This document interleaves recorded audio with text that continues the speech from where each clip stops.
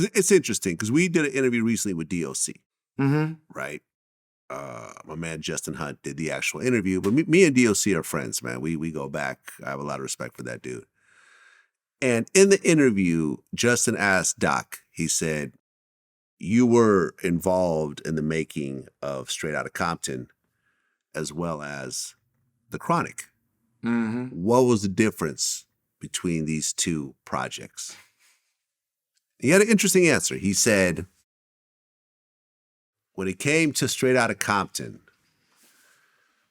there were guys that were, affiliated with the streets, may have been drug dealers, may have had gang affiliations, whatever, but everyone there was really focusing on being musicians, right, and being artists, and were happy to be part of this creative process. Right. And we're all trying to contribute somehow musically to this project, because everyone understood how big and important it was, and how the bullshit they were doing before really, it had a part in terms of the content, but there was no like gangster shit happening or whatever else.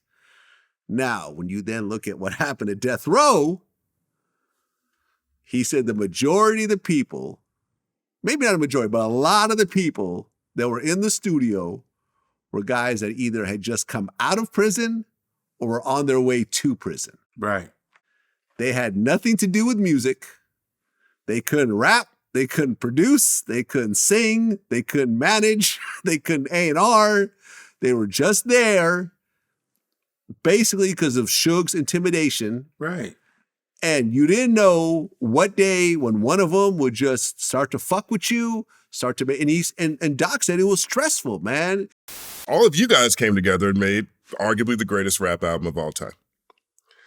To me, that shows a sign of being able to harness different types of energies, whether positive or negative, to create something beautiful for the world. What was the temperature tone during the Chronic sessions like?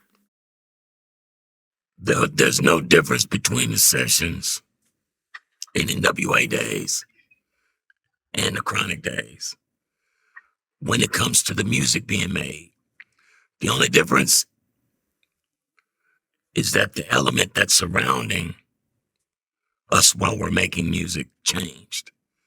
It intensified on that, what you want to call gangster level, where it started being just a whole bunch of street corner kind of people that were really about that life instead of being about the music life, hanging out, With NWA, it was still street guys hanging out. Some guys were street corner guys, but most of us were just musicians, and most of those people were just happy to be around great music. So by the time it got to Death Row, the only difference was these are guys that were either on their way to the penitentiary or just coming home from the penitentiary. And this was like the amusement park for them, For the rest of us, or at least for me, it was hell, going in there and dealing with these folks on a day-to-day basis, because I never knew which day could be my day. That some terrible shit happens to you, and, But like I said, Suge was overly protective, and folks knew, don't mess with that one, leave that one alone, And so I always felt grateful to Suge for that, being able to exist in that space and not be, so worried that something was going to happen, because it was still guys that was hanging around with that bully mentality that want to poke you and push your buttons because they know they can do it. They know you're not going to do nothing, kind of stuff. Doc is not a little guy, by the way. Doc is like 6'3". I know him. You know what I'm saying? Yeah. This is not some little scrawny little dude. It's like he's a big guy, and he was just like every day. He said it was just stressful for him. He was in there trying to, because Doc is the creative guy. He's writing the verses. He's helping Snoop. He's whatever. And he's just like, man, he's like, I hated that environment. And all of them should have felt that way. Coming up there and you got all these big old guys, and now they arguing with their girl, and the next thing you know, they mad. We're going to take it out on these motherfuckers. So that's what would happen. And you can't work like that. Yeah. You know what I'm saying? That was one of my reasons not to be in their way. And Suge was told this many times. You letting your ego get in the way. You letting this bullshit get in the way. He done went from a green suit to a red suit. He done went from cigars to popping pills. He done went to drinking. So Suge let his whoop whoop gangster shit get in the way.